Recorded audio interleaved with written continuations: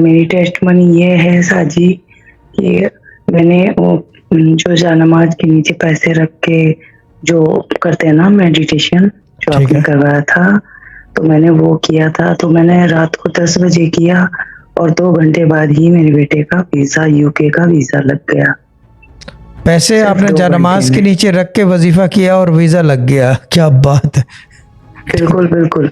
वो पैसे रखे थे, फिर आपने बोला था कि आपकी मर्ज़ी हो तो आप हाथ में उठा लो, आपकी मर्ज़ी हो तो आप जयनमाज़ के किस चीज नीचे के रखो। पैसे रखे तो थे? साजी मैंने हाँ जी? किस चीज के पैसे थे वो? मतलब 10 के नोट थे साजी, उस दिन मेरे पास 100 का नोट भी नहीं था। ठीक है, ठीक है। मैंने 10 का नोट ही रखा था। उस टाइम 10 अवेलेबल था तो मैंने वही रखा और मतलब मैंने रखा, फिर मैंने मतलब कमरे में अंधेरा कर लिया था और मैं अकेली सुन रही थी, इतनी शिद्दत से चुपचाप बैठ के।